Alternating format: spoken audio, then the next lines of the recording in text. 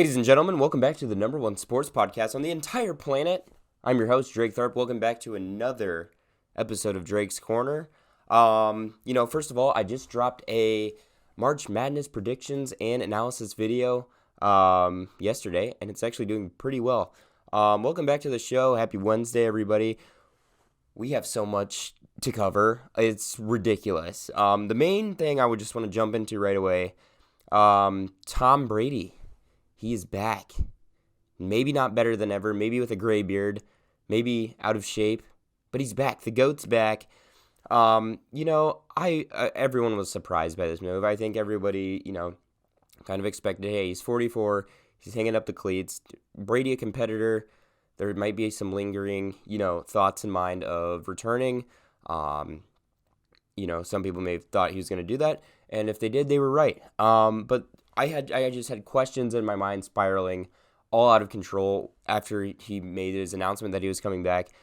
My question is, what made Tom Brady want to come back? I immediately thought, well, it must be the GOAT, the man who's called the GOAT by every sports analyst and probably most football fans called the GOAT. Walking out on a loss in the playoffs. I don't think he'd want to do that. Retiring on a loss isn't GOAT material, is what he could be thinking. I think he wants to win one before riding off into the sunset, and it would have been perfect if he did that the year before after trouncing the Chiefs in the Super Bowl. Tom Brady's retirement was, I would say, messed up in his own mind. Then the question popped into my mind now, was this the plan all along, to see what people would say when he retires? And, it was all respect from everybody all around. I really don't see any problem with the retirement. I feel like most people would still say he's the GOAT. I mean, he had one last season, played great, was in MVP talk, second probably behind Rodgers. It could be to see what people would say. I mean, it could have been the plan all along. He may have wanted to see how people would react. But all in all, Brady is back. No more trade talks for quarterbacks for the Tampa Bay Buccaneers. The NFC has a lot of work to do surrounding quarterbacks now that Rodgers is re-signed, and Tom Brady's back. So he might not be the same guy. Maybe the retirement vacation took a toll on his body. We shall see. Obviously, Brett Favre retired and came back with the Vikings. And took him to the NFC title game where they ultimately should have won. So we've seen this before from a little worse quarterback. That's no insult to Brett Favre. Tom Brady, we just know, is way better. But Brady is back. The questions in my mind, what made him want to come back, and was this the plan all along? I really just think it's pretty simple. I don't think he wants to leave on a playoff loss. Simple as that. Tom Brady's back. Jump around, jump with joy. Anywho, more news in the NFL happened. Amari Cooper to the Browns. That's, it wasn't a big deal, but it is a big deal. Dallas trading away their top receiver. Will it work in Cleveland for Amari Cooper? Let's be real here. Right now, can you name another receiver on the Cleveland Browns? I personally can't. Call me a casual. Maybe Donovan Peoples-Jones. But this is going to be their only target, especially for Baker Mayfield, who wants a guy with more targets. Browns need to commit to being run heavy. I really think they should. With Chubb and Kareem Hunt, maybe this is the plan. Maybe they have one real target on the squad. But if you look at it, it's the same concept as last year, except a different guy. I would compare Amari Cooper to Odell Beckham. I think Amari Cooper is obviously a better receiver than Odell. But Cooper's put into a tough spot here with him being the main superstar target. Donovan Peoples-Jones, I can't name. They'll probably pick up another receiver in the draft here, but I can't name another receiver on the Browns right now. I'm not understanding why Dallas traded him too much either. They seemed to have a powerhouse offense, and then they ran into the 49ers in the playoffs, who ultimately was better than their seeding shown them out to be. They had great receiving weapons, a big three, in fact, with Michael Gallup, CeeDee Lamb, and Amari Cooper himself. They also had Dalton Schultz, who was a great tight end, route runner. Also Cedric Wilson, who was a speedster. They had an elite offense, and they just traded away one of their elite talents. I really think this only hurts them. But to the Browns, will it work? My answer is no. I see the same concept happening with Odell Beckham as that happened last year. Maybe not as more of the, you know, Amari Cooper Sr. calling the quarterback out on Twitter, but I could see the same thing happening with targets, not throwing the ball to him, but he is the only target. So I mean, they need to commit to being run heavy though. It's the Cleveland's a mess right now, but we know they're capable of big things. We saw them in the divisional round 2 years back. A lot of guys have moved, but we know the scheme's there. It's right. They have a good coach, et cetera, et cetera. Anywho, we saw a lot of committed free agents headed to different teams here and there. NFL free agency grades. A few not big superstars, a few big guys have said where they're playing and what the contract details are. I'm going to give a few of them. I'm going to give the grades / report cards for them. And yeah, first one on the list, Christian Kirk. I give this signing for the Jaguars a D-, near failing.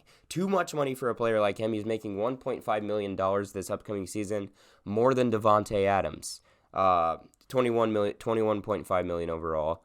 $1.5 million more than Devontae Adams. A receiver of his caliber, you'd expect to be a superstar with that kind of money. Christian Kirk is not a superstar, and the Jaguars kind of went haywire with how much money space they have. They've also cut Myles Jack, which I don't completely understand in the slightest, since he's one of the best pass coverage linebackers in the league. They've signed a lot of just mid-tier talent with the money that they have. Christian Kirk being one of them. No disrespect to Christian Kirk, but that kind of money should only be going towards DeAndre Hopkins-esque guys. But yeah, they've made a decent amount of signings here in the free agency, trying to revamp the offense. I saw an actual good signing they had was Brandon Sheriff, a guard trying to protect Trevor Lawrence more, which is respectable. But they're throwing money just everywhere right now for what they can get. It's kind of just... I saw a tweet. It was basically what the Jaguars are doing is like having $10,000 and buying all scratch-off tickets and hoping you get one lucky winner. So I give this a D- with the Christian Kirk signing, also with the Myles Jack releasing, which made 0 sense. Next one on the list, Chase Edmonds to the Dolphins. Now, Chase Edmonds is a decent running back. I give this an A-. They needed a strong caliber running back bad. That was their... most needed position, I'd say. Myles Gaskin didn't seem to be the guy. They didn't really have much of a run game into the season. Edmonds can get the job done. He did good in Arizona. Around the time David Johnson was becoming kind of not elite, Chase Edmonds took over and did a very good job. And then James Conner, Chase Edmonds duo last year was very dangerous for the Cardinals. I like the signing for the Dolphins. Good starting back. A-. J.C. Jackson to the Chargers. I give this one A+. This is a perfect signing. They needed secondary help. They needed kind of a veteran guy to, watch over with the press coverage. They have younger secondary guys like Asante Samuel Jr. They have a good pass rush. Now they have an all-pro secondary player who can get the job done. J.C. Jackson, amazing cornerback who leads the league in interceptions since 2018. I think that's the stat there. But he played well for the Patriots. Chargers now have good secondary help, and they also have an all-pro pass rush in Khalil Mack and Joey Bosa. The Khalil Mack trade also happened, which I see as a good thing for both sides. The Chargers want to win now. Bears needed cap space. Bears starting their rebuild early. Ryan Poles, the new GM, getting it started for the Bears as quick as he can, which is good because, Justin Fields, 22 years old. Why not get it started, build around the young team? But Khalil Mack obviously hit his ceiling, but he still has some superstar potential left over. He can get the job done. Chargers want to win now. Great, trade on both ends. Bears got some picks and cap space. Trubisky to the Steelers. Mitchell Trubisky, old friend of mine. I know who that is. Yeah, he's son of a bitch. Anyway, C+. I'll give it a C+. Trubisky has yet to prove himself under the Nagy system. Now, that's a two-edged sword. He's yet to prove himself. It was also the Matt Nagy system with the Bears. Worst offensive efficiency in the league. He struggled except, for that year the Bears went 12-4 back in 2018, which was mainly carried by the defense.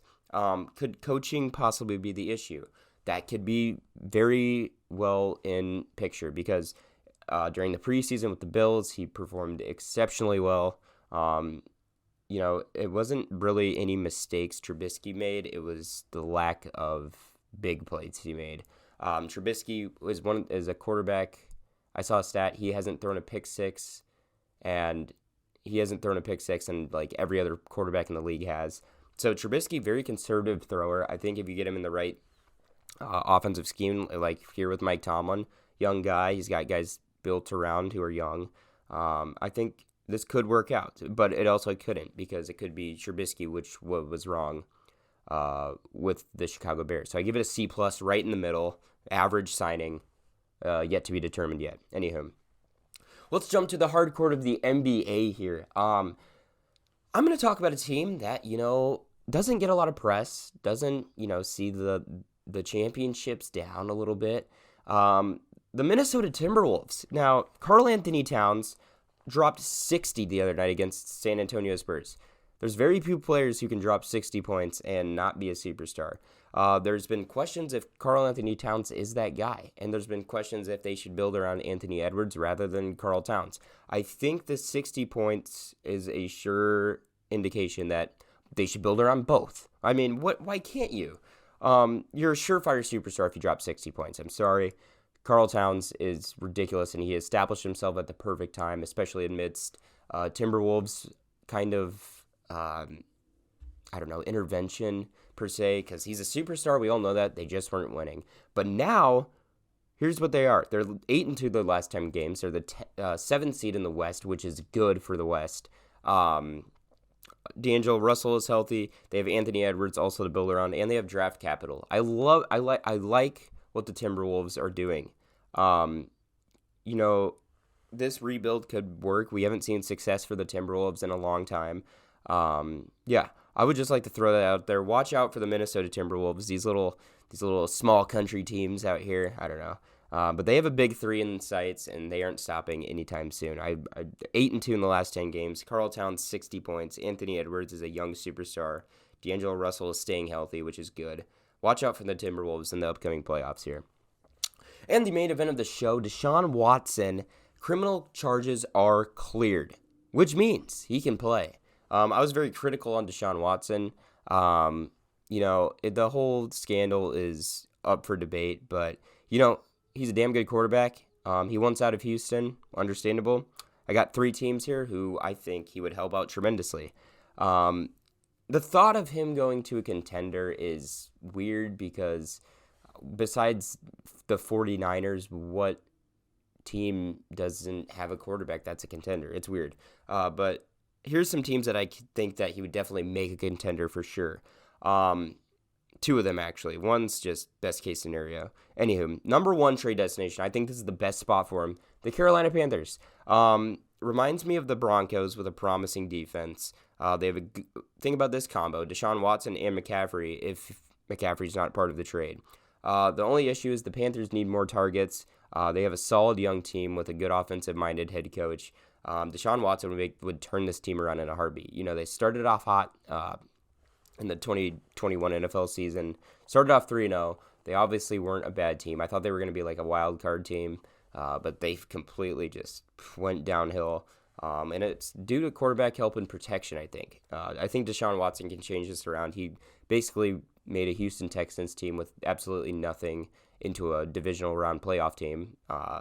This wouldn't be the first time Deshaun Watson has made something out of nothing, and he doesn't have nothing. He has the best running back in the league when he's healthy. So I like the Panthers a lot here. They have a good young defense, and they have a solid young team with an offensive-minded head coach. Good combo with Watson and McCaffrey. Sign me up.